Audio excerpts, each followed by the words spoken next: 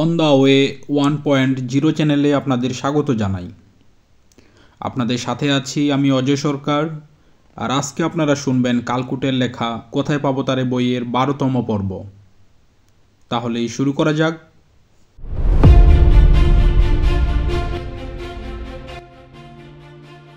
কিন্তু মাহাতোগিন্নির পাত পড়েছে এমন জায়গায় চোখ না পড়ে উপায় নেই। তার দিকে পিছন ফিরে বসবো তাতেও বিঘ্ন। চেয়ার টেবিলের ব্যবস্থা সেরকম নয়, অথচ ঘোমটা টানা লজ্জাবতী বউ বলে কথা। আন পুরুষের সামনে বসে খাই বা কী করে ভেবে একটু ঠেক খাই, সেই মুহূর্তেই আবার একটু লাল ঘোমটার ফাঁক। মধ্য ঋতু আশ্বিনে ঢলঢল মুখখানি চকিতে দেখা যায়। শরতের ডিঘি চোখের দৃষ্টি কোন দিকে বুঝে উঠবার আগেই দেখি বারেক ঝিলি ঘেনে ওঠে, আবার ঘোমটা আড়াল পড়ে যায়। দেখতে হবে না, নিশ্চয়ই নারায়ণ ঠাকুরকে দৃষ্টি হেনে ধমকাচ্ছে। আহ মরণ, মিনসেকে এখানে বসতে দিচ্ছ কেন? সরে যাব ভাবতেই নারায়ণ ঠাকুর বলে, বসেন বাবু বসেন। ওদিক থেকে মাহাতোর গলাও শোনা যায়, বসি পড়েন মশাই, অনেক বেলা হলো। হ্যাঁ, আর দিকক্ষণ নয়, বসি পড়েন বাবু। সামনের দরজায় দেখি গাজী বাইরের বারান্দায় বাঁশের খুঁটিতে হেলান দিয়ে বসে পড়েছে, একেবারে মুখোমুখি। সেও এক কথাই বলে। তবে মাহাতোগিন্নির মোটা দাগের দেশি কাজল মাখা চোখ দুটিতে যে ঝিলিঘানা দেখলাম তার কারণ কি? যাই হোক, পথের মানুষ এসেছ ভজনাগারে, খাবার পছন্দ হলে খাবে, চলে যাবে। তোমারও তো কার্যকারণের খোঁজ কেন? সবাই যখন বলছে আসন নিয়ে নাও, তবে দাঁড়াও, অমন নগর চালে চেয়ার টেনে বসতে গেলেই বসা যায় না। আর একটু হলেই টাল খেয়ে একেবারে ভুইয়ে আসন নিতে হতো। এ তো আর পালিশ করা ঘরের মেঝে নয়। লেপা মোছা আছে বটে, তা বলে একটু এবড়ো খেবড়ো থাকবে না বা দু একটা ছোটোখাটো গর্ত গার্তা থাকবে না এমন হলপ কেউ করেনি। চেয়ার টান দিয়ে যেই বসতে গিয়েছি দেখি সেটা কাত হয়ে টলে যায়। 4 পায়ার 1 পায়া একটা গর্তে বসে গিয়েছে। নারায়ণ ঠাকুর হাত বাড়ায় ধরতে, তার আগেই সামলে নিয়ে বলি, ঠিক আছে ঠিক আছে। নিজেই টেনে তুলি চেয়ারের পায়া। তার মধ্যেই নারায়ণ ঠাকুরের ডিগডিগে রোগা শরীর থেকে গম্বুজ ফাটানো বাস্কাই হাঁক বেজে ওঠে, ফোঁচা, এই শালা ফোঁচা। একে ফোঁচা, তাই শালা, দুটো শব্দই গালাগাল কিনা বুঝতে পারি না, কারণ অমর নাম আগে শুনিনি, যেন গালাগালের মতোই শোনায়। ছচা যদি গালি হয়, ফোঁচাই বা নয় কেন? ডাকা মাত্রই এ ঘরের পিছন থেকে জবাব আসে, এই যে যাই ঠাকুর মশাই। গলা শুনে মনে হয় হাড়ির ভিতর থেকে শব্দ আসছে এবং স্বর আর্ত। দুপ দুপ শব্দে মাটি কাঁপিয়ে পিছনের দরজা দিয়ে সে ঢুকল। সে একেবারে নারায়ণ ঠাকুরের বিপরীত। দানবতুল্য বললে দোষ হয় না, কিন্তু রঙের নিন্দে করতে পারবে না। হতে পারে তেলহীন রুক্ষ, গোটা গায়ে খড়ির দাগ, তাই বা দেখতে পাচ্ছি কোথায়? লমেই তো অনেকখানি ঢাকা। তবু রঙটি বেশ ফর্সাই বলতে হবে। রোদে পুড়ে জলে ভিজে কিংবা মহামায়া হিন্দু হোটেলের ধোয়ার আগুনে পুরনো তামার পয়সার মতো হয়ে গিয়েছে। গায়ের লোম আর মাথার চুল কালোর ভাঁজ কোথাও নেই। স্তক ভুরুর চুল পর্যন্ত পাটালি বর্ণ, একটু বেটে, তবে যেমন মাংস তেমনি পেশি। ডিগডিগে নারায়ণ ঠাকুরকে এক হাতে ডিগবাজি খাওয়াতে পারে, অথচ ছোট ছোট চোখ দুটি পিটপিটিয়ে এলো এমনভাবে যেন হাতির সামনে ব্যাঙ এসেছে। পরনের ময়লা কাপড়টা হাঁটুর ওপরেও 1.5 বিঘত তোলা। তাকে দেখা মাত্র নারায়ণ ঠাকুর আবার সেই পাজরা কাঁপিয়ে বাসখাই গলায় বলে ওঠে, শালা কতদিন না তোকে বলেছি মাটি এনে গর্তটা বুঝবি। এখন শোনো, হাতি করে চিচি ব্যাঙের দে হাঁক। এ কি আজব দেশ নাকি যেন সব কিছুতেই আজব খেলা, আজব মেলা, নাকি জগৎজোড়া এমনি আজব ছড়ানো? নজর করলেই চোখে পড়ে। বেঠিকেতেই ঠিক, অমিলেতেই রং খোলে। ফোঁচা যেন অজগরের সামনে ছাগল ছানা। নারায়ণের দৃষ্টি ধরা হয়ে ভাঙ্গা গলায় সরু সুতো কাটে, বুঝিয়েছিলাম তো। চপ চপড়া শালা। ঘর কাঁপানো ধমকে আমাকে আবার চেয়ার ধরে টাল সামলাতে হয় প্রায়, যেন দদমা বোমা ফাটে। কি রিয়াজ দেখো, ওহে পান্থ, যদি চেয়ার ধরে টানতে গেলে তবে তা গর্তে কেন পড়ে? তাহলে তো চেয়ারের পায়া বলবে গর্ত কেন আছে, গর্ত বলবে ফোঁচা কেন বোঝায়নি, ফোঁচা তো জবাব দিয়েই আছে, বুঝিয়েছিলাম তো। সব আপদের গড়া দেখছি খিদে কেন পায়। নারায়ণ ঠাকুরের গলা তখনও থামেনি। আবার মিছে কথা বলা হচ্ছে। তার রোগা রোগা হাত পা নাড়ার বহর দেখে সন্দেহ হয় চরচাপড় বা পদাঘাত না পড়ে। তাতে অবাক হবার কিচ্ছু নেই। ফোঁচার ভাব দেখলে সেই রকমই মনে হয়। ইতিমধ্যে আর এক মূর্তি ভিতরের দরজায় উদয় হয়েছে। ময়লা ময়লা ডুরে শাড়ি, কালোকুলো বউটি। নজর তার নারায়ণ ঠাকুরের দিকে, মনোনিশ্চয় ঘটনায় নিবিষ্ট। হাতে ধরা কলের ওপর ছেলে, মায়ের বুক সে ঢেকে রাখতে দেয়নি। একটিতে কচি থাবা রেখে আরেকটিতে মুখ ডুবিয়ে শ্মশান চলেছে, যাকে বলে গাই বাছুরের খেলা। মাহাতো এবার সামাল দেয়। যাক, যেতে দাও ঠাকুর, ওসব পরে হবে।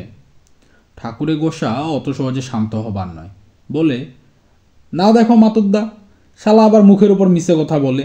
এই কি গত্ত বুঝবার লক্ষণ? শালা খাবে কারি কারি, কাজের বেলায় নাই। ওদিকে দেখো, বাবুর আমার বউটি বছর বছর বিয়ে চলেছেন, এত ভার সইবে কে? মর্মান্তিক অভিযোগ, অপরাধ অশেষ। ফোঁচার সব দিকেতেই বেশি বেশি।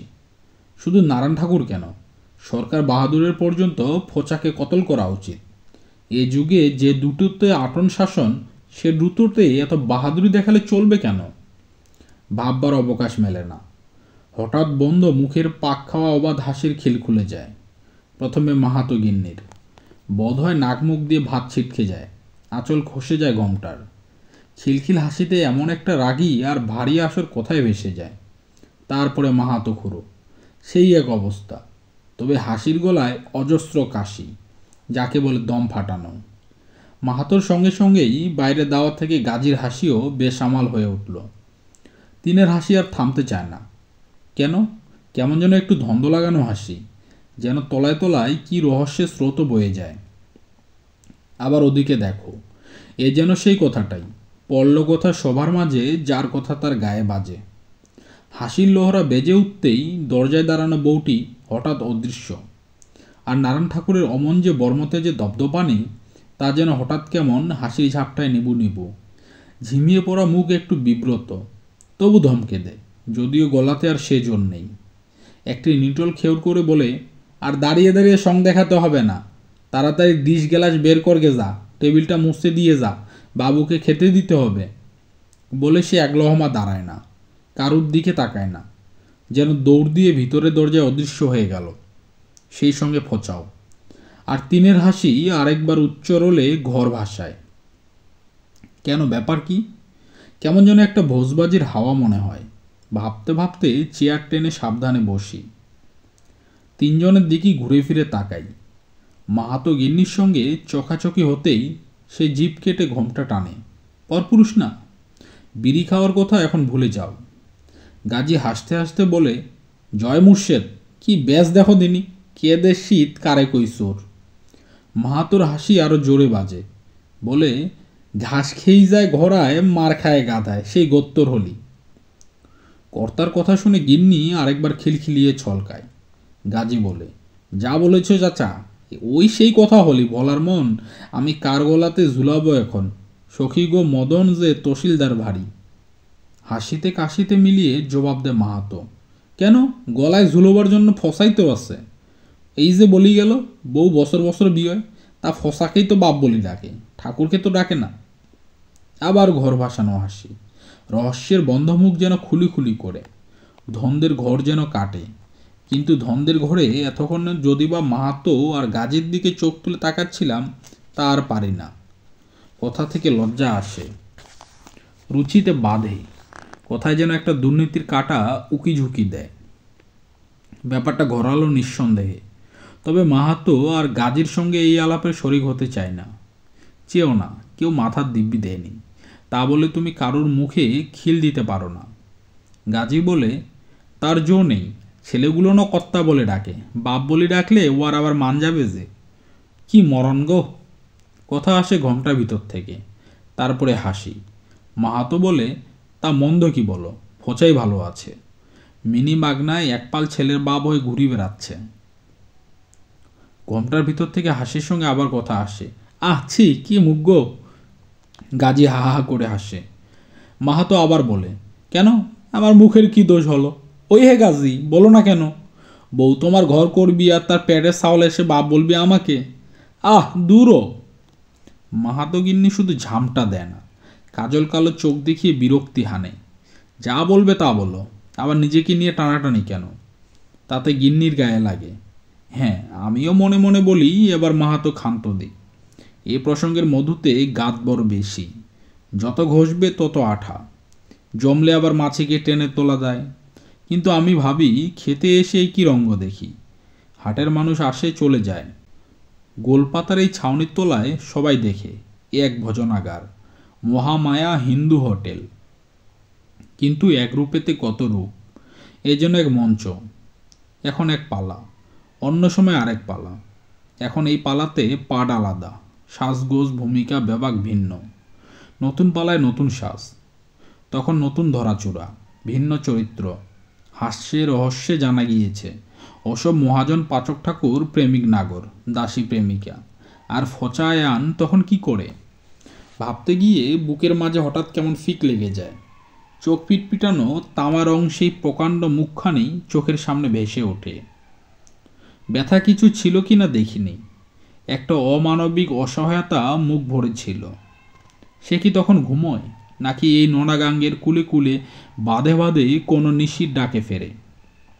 কোন কুলেতে জন্ম তার, কোন দেশেতে বিয়ে, কোন ঘরের বালা তার ঘরণী হয়েছে? সেই ঘরণীর প্রাণের ঘরে কোথায় আছে তার ঠাঁই?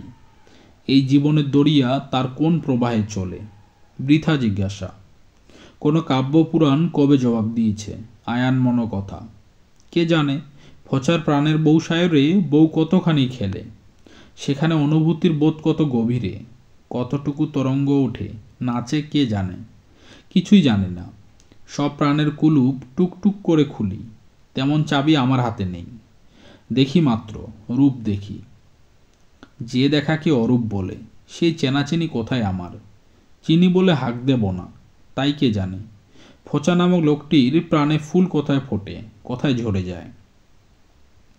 সেই যে লোকটি, কালো কেঁচোর মতো পৈতে গলায়, ডিগডিগে শরীর, হাসির মুখে যার তেজ নিভে যায়, বিব্রত হয়, অন্তর্ধান করে সহসা। এখন তার রহস্য বুঝতে পারি। তাকে দোষ দিতে পারলে মনের সব গোল মিটে যায়। কিংবা সেই কালোকুলো বউটি, যে দরজায় এসে দাঁড়িয়েছিল একটু আগে, কলেতে যার ছেলে সসাগরা ক্ষুধার ভাণ্ড খুলে দিয়ে ক্ষুধা মেটাচ্ছিল, যার চলে যাওয়া দেখে এখন বুঝতে পারি সেই ফোঁচার বউ। মনের গোল মিটিয়ে দুষতে পারি তাকেও। কিন্তু মন বলো, তাইতে কি মন সব সওয়াল জবাব শেষ? এত তোমার রূপের বিচার, অরূপ তুমি দেখলে না, না চিনে কার দোষ গাও? অরূপ থাকে সেই বিচিত্রে, যার মুখোমুখি তুমি চিরদিন দাঁড়িয়ে। তোমার অপার বিস্ময়ের চোখে সুখে দুঃখের অকুলের ঢল নেমে যায়। কোনো জবাব কথা উচ্চারিত হয়নি, চির জিজ্ঞাসা, চির নীরবতায় কেবল ঝিকিমিকি করেছে। আমি পথের মানুষ, একটু মাত্র ঠেক খাওয়াই পথের ধারে। আমি নামহীনের মজুর, অচিনের খোঁজে ফেরা মানুষ। আমি কেন এসব ভাবি? বিচিত্র থাক তার বাহারে, আমি চলে যাব নিরুত্তর ঝিকিমিকি দেখে। তবে মাহাতো ক্ষান্ত কেন হবে? শুনি সে তখনও বলছে, একবার কি হলো জানো, ফচাকে বললাম তোর ছেলে তো 3টে, একটাকে আমাকে দে, আমি মানুষ করব। বেটা বলে কি জানো, বলে আচ্ছা কর্তাকে জিজ্ঞেস করব। সত্যি যে জিজ্ঞেস করবে তাকে জানে। এই গত সনের কথা বলছি। আড়তদারদের কাছে টাকা আদায় এসেছিলাম, একটু পরেই দেখি ঠাকুর একেবারে মার মূর্তি হয়ে এসে হাজির। হেই, তুমি কোন সুবাদে ফসার ছেলে চাও? অতি পারো তুমি বড় জোরদার, টাকার মঠ থাকতে পারে তোমার ঘরে। তা বলি কি ফসার ছেলেরা জলে ভেসে এসেছে? তারা কি রাস্তার কুকুর বেড়াল? বোঝো দিনই ঠেলাটা। মস্করা করে একটা কথা বললাম, তার কথা শেষ হয় না। ঘন্টার ভিতর থেকে হাসির সঙ্গে খুশির গলা বাজে। বেশ করেছিল, ঠিক বলেছিল। গাজী বলে ওঠে, ওই এবার যা বসবো তা মনে মনে বোঝো। কোথায় কার টান, যা বলো তা বলো, রক্তের টান বলে একটা কথা আছে তো। কান পেতে আছি মাহাতোর কথা শুনতে পাবো বলে। কোনো কথাই আসে না সেখান থেকে। কিন্তু আমার চোখে তখন সহসা ডিগডিগে ঠাকুরটার মুখ ভেসে ওঠে। না, দোষগুণের বিচারে যাব না, তবে কবুল করি, কেবল যে প্রেমিক নাগর মনে করেছিলাম সে বড় মিথ্যে। শুধু প্রেমিক নাগর নয়, জীবের মধ্যে মহৎ যে সেই পিতৃদেবকে দেখি, রূপেতে নয় অরূপে ধরা পড়েছে। নাম যাদের ফচার ছেলে তাদের বাঘের মতো আগলে থাকে নারায়ণ ঠাকুর। আসলকে চেনা হলে আর রূপে দ্বন্দ্ব থাকে না। মন কি যন্ত্র দেখো, ঠাকুরটাকে ভালো লেগে যায়। কিন্তু ওদিকে নীরবতা একটু অবাক লাগে। ফিরতে দেখি সেই কালোকুলো বউটি এসে ঢুকেছে। এক হাতে ছেলে ধরা, অন্য হাতে বালতি। স্বাস্থ্যটি বেশ আঁটোসাঁটো, মানুষটিও খাটোখুটো, সাজগোজ কিছু নেই তেমন। দেখলে বুঝবে বসে খাওয়া শরীর নয়। মাহাতো গিন্নির মুখ আমি দেখতে পাই না, কিন্তু ফচার বউয়ের সঙ্গে নিশ্চয় নজর চালাচালি হয়, তাই একটু হাসি দেখা যায় তার মুখে। বালতি শুদ্ধ এসে দাঁড়ায় টেবিলের সামনে। বালতি রেখে তার ভিতর থেকে টেনে তোলে জল ন্যাকড়া। একে আমরা ন্যাকড়া বলি না, নেতা বলি। হাত তুলে তাড়াতাড়ি সামাল দেই। থাক থাক, কি করবে? বউ একটু চমক খায়, থমকে গিয়ে বলে, মুছবো। সে আন্দাজ আগেই করেছি, তাই সামলানো। নেতার রং দেখে আর মোছা টেবিলে খাবার ইচ্ছা নেই। তার চেয়ে অমোছা এই শুকনো টেবিল ভালো। যদিও অনেক দিনের তেলে জলের নেতা, মোছার যত্নে এই টেবিলের রঙও এখন নেতার মতোই হয়েছে। তক্তার মাঝে মাঝে 1.5 ইঞ্চির ফাঁক। নেতার এত আদর যত্নে এখনো কেন ঘুম ধরেনি কে জানে। বললাম, মুছতে হবে না, এমনি থাক। বউটি যেন কথা ধরতে পারে না, তাই কি করবে বুঝতে না পারে এদিক ওদিক চায়। গাজী বলে ওঠে, বাবু যা বলে তাই করো, আর মশামশির দরকার নাই। বউ কি বোঝে না বোঝে জানি না, নেতা বস্তুটি বালতিতে ফেলে তাড়াতাড়ি নিজের শুকনো আঁচল দিয়ে টেবিলটা ঝেড়ে দেয়। একেবারে এমনি কি খেতে দেওয়া যায়? একটা নিয়ম আছে তো। তাকিয়েছিলাম বউটির মুখের দিকেই, হয়তো সে তাকাবে। চোখের দিকে দেখে তার মনটা হয়তো বুঝবো, কিন্তু সে তাকায় না। যেমন করে মাহাতো গিন্নির দিকে তাকিয়ে হেসেছিল, তেমনি একটু হাসে আপন মনে। সেটা লজ্জা কিংবা আর কিছু বুঝতে পারে না, বরং বলি সংকোচের একটা মাধুর্য যেন আছে। কলের ছেলেটা আঁচল টেনে খুলতে যায়, বাঁ হাত দিয়েই তাকে একটু থামিয়ে দিয়ে বালতি নিয়ে সরে যায়। মাহাতো গিন্নির দিকে তাকিয়ে বললে, নেতা রংটাই অমনি, বলে চলে যায়। বুঝতে পারি আমার মন তখন এক দুর্নীতির কালি খোঁজে বউটির সর্বাঙ্গে, কিন্তু কোথায় যে সেই পরকীয়ার কালো কালি দেখতে পেলাম না। ইতিমধ্যে ফচার আবির্ভাব। সে আমার সামনে রাখে চীনামাটির শানকি, যার নাম প্লেট, আর কাচের গ্লাসে জল। আবার দেখো কি রেয়াস, নিজেকে নিয়েই মরো তুমি, এ কি ঝামেলা। ফাটাফুটি মাকড়সার জালের দাগ দেখি প্লেটে, এদিক ওদিক ভাঙ্গা। কি করব, মন পরিষ্কার হয় না যে। লজ্জা আর অস্বস্তিতে এবার করুণ স্বরেই বলি, কলা পাতা আছে? ফোঁচা একেবারে গোল হয়ে বেঁকে পড়ে, ঘাড় নেড়ে ভাঙ্গা গলায় বলে, হ্যাঁ আছে, কলা পাতায় খাবেন? হ্যাঁ। একটু যেন অবাক হয় ফোঁচা, বলে, বাবুরা তো এতেই খান কি না, আচ্ছা নিয়ে আসি। মাহাতো হেসে উঠে বলে, দেখো কেমন মজা, আর আমাদের এদিকে কাউকে কলা পাতায় খেতে দাও, অমনি বাবুর মেজাজ খারাপ, এই থালায় দিতে পারো না। গাজী বলে, আমি আবার ভাবি বাবুর বুঝি সিনেমারই শানকিতেই ভালো হবে, তাই এই ভালো। ওদিকে মাহাতো গিন্নির ঘোমটা একটু সরে, বুঝতে পারি চোখাচোখি গাজীর সঙ্গে। একটু পরেই পাতা এসে যায়, ধোয়া কচি সবুজ পাতায় তখন জলের কণা। এবার চোখে ও মনে একটু ঝলক লাগে। তারপরে পিছনে পিছনে নারায়ণ ঠাকুর হাতা দিয়ে গরম ভাত দেয় পাতে। দুটি বেগুন ভাজা পাশে দিয়ে ডাল তোলে হাতায়। রূপে গন্ধে ঠিক চিনতে পারার উপায় নেই কি ডাল। তাছাড়া এবার মনে মনে প্রতিজ্ঞা, কোন পাত্র থেকে কি পাত্র দিয়ে ঢেলে দেয় চেয়ে দেখব না। যে ডালই হোক, ধোয়া দেখে বুঝেছি গরম। ডাল দিয়ে মেখে ভাত মুখে দিতে যাব, হঠাৎ গাজীর সঙ্গে চোখাচোখি হয়ে যায়। হতেই গাজী একটু হাসে, বলে, অনেক বেলা হয়ে গেছে, দেরি হয়ে গেল। কিন্তু আমার হাতের গরাস হাতেই থেকে যায়, মুখে তোলা হয় না। আমি নামহীনের মজুর, অচিনের সন্ধানী, তবু মনের রসের ধারা কি এই প্রাণে পাক খায় না? কেবল যে একটা মোচড় লাগে বুকে তা নয়, শুনি কে যেন আমার মধ্যে ধিক্কার হেনে ভৎসনা করে। এক মুহূর্ত চোখ ফেরাতে পারি না গাজীর মুখ থেকে। ফাটা ফাটা মুখখানি, তবু যেন হাসির তরঙ্গে তরঙ্গে ভাস লেগেছে। কোথাও একটু মালিন্য নেই। কিন্তু বেলা যায়, তোমার পেট জ্বলে।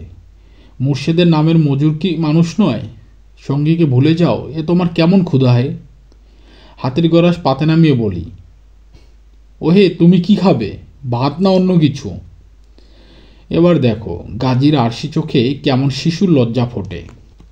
তাড়াতাড়ি বলে, সে হবিক্ষণে বাবু, আগে আপনি দুটো সেবা করে নেন। কিন্তু যদি ঠিক দেখে থাকি, তার মুখের আলোয় হঠাৎ নয়া ঝলক ফাঁকি যায়নি আমার চোখে। কেবল নিজের মহাপ্রাণীটাকেই দেখেছিলাম। এখন দেখি আরেক মহাপ্রাণীও আমার সামনে। এখন তার চোখ দুটি যেন অনুরাগে তরতরানো। বলি, তাও হয় না, যা হবার তা একসঙ্গেই হোক। কি খাবে তা বলো। গাজী হা হা করে হাসে, বলে, বাবুর যে কথা, যা হবার তা একসঙ্গেই হোক। হাসি শুনে তার প্রাণের খুশি বুঝতে পারি। তার নজর ধরে নজর করি মাহাতো গিন্নির দিকে। ঘোমটা কিছু সরানো, আবার চোখাচোখি হয়। কাজল কালো চোখের নজর এবার যেন একটু রকম বদলেছে। দৃষ্টি ফিরিয়ে নিতে একটু দেরি হয়। ভুল দেখি না ঠিক দেখি কে জানে। মাহাতো গিন্নির চোখেও যেন আমার গাজীর দৃষ্টি খোলে। তারপরে গাজীর দিকে ফিরে বলে, এখন আবার কি খাবে? চারদি গরম গরম ভাতই খাও। ঘোমটা সমটা যাই থাক, আওয়াজ ঠিকই দিয়ে যাচ্ছে। ওদিক থেকে মাহাতো বলে, হ্যাঁ এত বেলায় এখন কি আর মিষ্টি মাছটা পেট বোঝে? বলে নিজেই ডাকে, কই হে ঠাকুর, গাজীকেও ভাত দাও। গাজী বলে আমাকে, আপনি শুরু করুন বাবু। ঠাকুর ঘরে ঢুকে একবার অবাক হয়ে যায়। নতুন খদ্দের পেয়ে তেমন খুশি নয় মনে হচ্ছে। গাজীর দিকেই ফিরে বলে, তোমাকে ভাত দেব নাকি? গাজী হেসে বলে, তাস যখন মুর্শেদের দিন দিয়েছেন। কথা শেষ করতে পারে না সে। তার আগেই নারায়ণ ঠাকুর বলে, কিন্তু আগেই বলে দিচ্ছি, দাওয়ায় বসে খাওয়া হবে না বাপু। 10 জনের খাওয়ার জায়গা, ছোঁয়াছুঁয়ির ভয়ে আছে। যাই বলো, মুখের হাসিটি নিতে পারবে না। গাজী বলে, নিচি বসেই খাবো। এখান কলা পাতা দিতি বলেন। জল খাবার পাত্র আমার ঝোলায় আছে। বলে ঝোলা থেকে বের করে এক অ্যালুমিনিয়ামের গ্লাস। নারায়ণ ঠাকুর সেসব দেখে না। কি কি খাবে বলো? ওই আপনার যা আছে সবই দেন, তবে মাছ টাছ দেবেন না। ঠাকুর ভিতরে যেতে যেতে বলে, এদিক নেই ওদিক আছে। চমক একটু আমার মনেও লাগে। গাজীর ধর্মে আটকায় কিনা জানি না, কিন্তু মুসলমানের সন্তান নিরামিষাশী এরকমটা দেখিনি। খেতে খেতে চোখ তুলি। গাজী হেসে বলে, সাইগাজী দরবেশদের কোনো মানামানি নেই বাবু, মাছ মাংসে রুচি লাগে না। বলে সে হঠাৎ গলা তুলেই সুর করে গিয়ে ওঠে, কেয়া হিন্দু কেয়া মুসলমান মিল জাল কে কার সাইজি কা কাম। মাহাতো গিন্নি আওয়াজ দেয়, এ গান নয়, ভালো গান শোনাতে হবে। গাজী বলে, তা শুনবো চাষি, তাই কবিরে কিসা আগে বলি, শোনো, বড় মজার। বাবু শুনবেন নাকি? কবিরের কি কেসা শোনাতে চায় কে জানে। বলি, বলো। গাজী কবিরে কিসা শুরু করে। আজকের মতো এই পর্যন্তই। খুব শীঘ্রই ফিরব পরবর্তী পর্ব নিয়ে। ভালো থাকবেন, বই পড়বেন। নমস্কার।